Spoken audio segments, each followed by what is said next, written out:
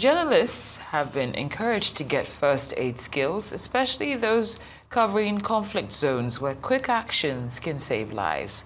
This appeal was made during a capacity building workshop organized by the Nigerian Red Cross in Calabar. Rice correspondent Magdalene Ayoma has this report. Journalists often find themselves in dangerous environments where accidents and injuries are common. The Nigerian Red Cross Society believes that equipping journalists with first aid skills could be the key to saving lives in such situations. At a workshop in Calabar, the Red Cross emphasizes the importance of being able to act quickly in emergencies. So we thought about how to place people in recovery position, how to do CPR, cardiopulmonary resuscitation, how to stop bleeds, how to manage fractures, how to deal with home injuries, how to manage burns. So much more we did just so that people could know how to manage these injuries. We also went on to show them how to transport people to the hospital after treating them. The workshop provided hands-on training in handling accident victims, offering emergency care, and ensuring that victims are transported to hospitals without delay. The Red Cross also stressed that first aid should not replace professional medical help, but should be a critical first step.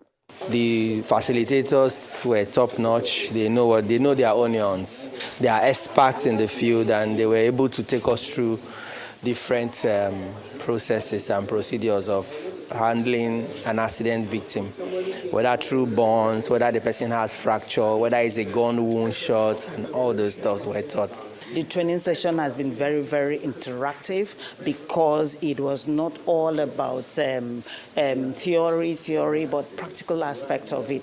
All our facilitators were just very good.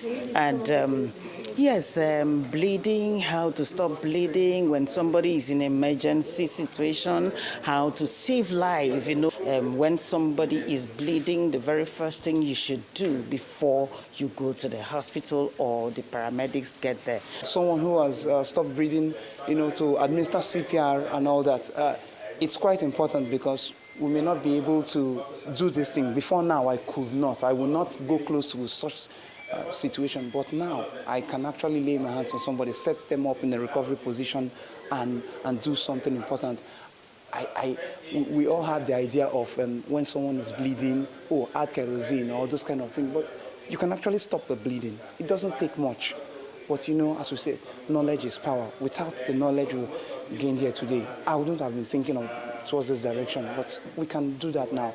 It's so easy and practical. With this initiative, the Red Cross hopes that more journalists will feel confident and capable of handling emergencies, helping save lives in the process. From Calabar, Magdalene Ayoma, Arise News.